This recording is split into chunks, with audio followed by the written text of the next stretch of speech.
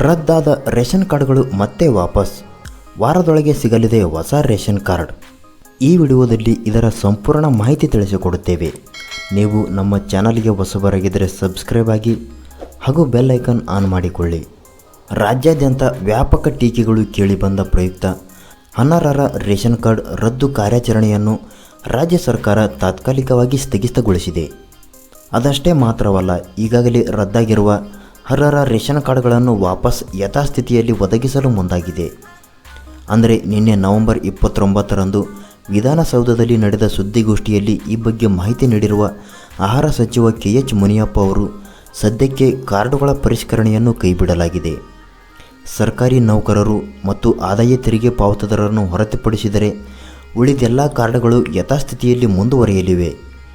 ಈ ಬಗ್ಗೆ ಸೂಕ್ತ ತೀರ್ಮಾನ ಕೈಗೊಳ್ಳುವವರೆಗೂ ಯಾವುದೇ ಬದಲಾವಣೆ ಇರುವುದಿಲ್ಲ ಎಂದು ಸ್ಪಷ್ಟಪಡಿಸಿದ್ದಾರೆ. ವಾರದೊಳಗೆ ರದ್ದಾದ ಕಾರ್ಡುಗಳಿಗೆ ರೇಷನ್ ಅಂದರೆ ಅನರ್ಹ BPL ಕಾರ್ಡ್ ರದ್ದತಿ ಕಾರ್ಯಾಚರಣೆಯಲ್ಲಿ ಕೆಲವು ಅರ್ಹರ ಕಾರ್ಡುಗಳು ಕೂಡ ರದ್ದಾಗಿವೆ.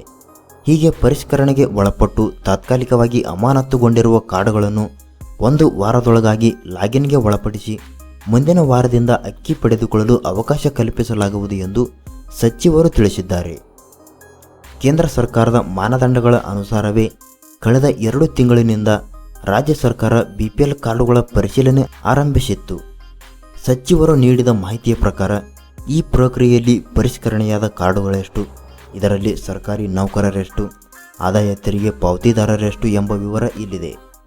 ಪರಿಷ್ಕರಣೆಯಾದ ಒಟ್ಟು ಕಾರ್ಡುಗಳು 3,81,000, ಆದಾಯ ತೆರಿಗೆ ಪಾವತಿದಾರರು 98,483, ಇನ್ನು ಸರ್ಕಾರಿ ನೌಕರರು 4,036. ಇನ್ನು ರಾಜ್ಯದಲ್ಲಿರುವ ರೇಷನ್ ಕಾರ್ಡುಗಳ ವಿವರ. ರಾಜ್ಯದಲ್ಲಿ ಒಟ್ಟಾರೆ 1,50,59,431 ರೇಷನ್ ಕಾರ್ಡುಗಳಿದ್ದು, ಇದರಲ್ಲಿ 1,02,509 ಕಾರ್ಡುಗಳನ್ನು ಮಾತ್ರ ಪರಿಷ್ಕರಣೆ ಮಾಡಲಾಗಿದೆ. ಉಳಿದಂತೆ ಎಲ್ಲ ಕಾರ್ಡುಗಳು ಯಥಾಸ್ಥಿತಿಯಲ್ಲಿ ಮುಂದುವರಿಯಲಿವೆ. ಈಚೆಗೆ 59,379 ಕಾರ್ಡುಗಳನ್ನು BPLನಿಂದ APL ಆಗಿ ಪರಿವರ್ತಿಸಲಾಗಿದೆ. ಇದರಲ್ಲೂ 16,086 ಕಾರ್ಡುಗಳನ್ನು BPL ಆಗಿಯೇ ಮತ್ತೆ ಮುಂದುವರಿಸಲಾಗಿದೆ. ಕೇಂದ್ರ ಸರ್ಕಾರ ಕೂಡ BPL ಕಾರ್ಡುಗಳ ಪರಿಷ್ಕರಣೆ ಮಾಡಿದ್ದು 5.0.8 ಕೋಟಿ ಕಾರ್ಡುಗಳನ್ನು ರದ್ದು ಮಾಡಿದೆ. ಈ ಪೈಕಿ ರಾಜ್ಯದಲ್ಲಿ 8,647 ಕಾರ್ಡುಗಳನ್ನು ಅಮಾನತುಗೊಳಿಸಲಾಗಿದೆ ಎಂದು ಆಹಾರ ಸಚಿವರು ಮಾಹಿತಿ ನೀಡಿದ್ದಾರೆ. ಇನ್ನು ಹೊಸ ರೇಷನ್ ಕಾರ್ಡುಗಳಿಗೆ ಅವಕಾಶದ ಬಗ್ಗೆ ಮಾತನಾಡೋಣ. ದೇಶದ ಯಾವ ರಾಜ್ಯಗಳಲ್ಲಿಯೂ BPL ಕಾರ್ಡ್ ಪ್ರಮಾಣ 50% ದಾಟಿಲ್ಲ. ಆದರೆ ನಮ್ಮಲ್ಲಿ 80% ತಲುಪಿವೆ. ಇದೇ ಕಾರಣಕ್ಕೆ ಕಳೆದ 2 ತಿಂಗಳಿಂದ ಪರಿಷ್ಕರಣೆ ನಡೆಸಲಾಗಿದೆ. ಕಳೆದ 2 ವರ್ಷಗಳಿಂದ ಹೊಸ BPL ಕಾರ್ಡ್ ಅರ್ಜಿಗಳು ಬಾಕಿ ಉಳಿದಿವೆ.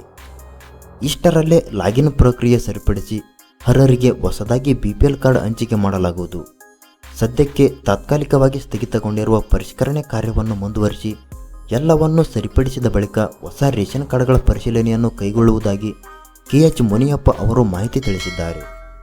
ಈ ವಿಡಿಯೋದ ಬಗ್ಗೆ ನಿಮಗೆ ಏನೆನಿಸುತ್ತದೆ ಕಮೆಂಟ್ ಮಾಡಿ ಹಾಗೂ ವಿಡಿಯೋ ಇಷ್ಟ ಆದರೆ ಲೈಕ್ ಮಾಡಿ.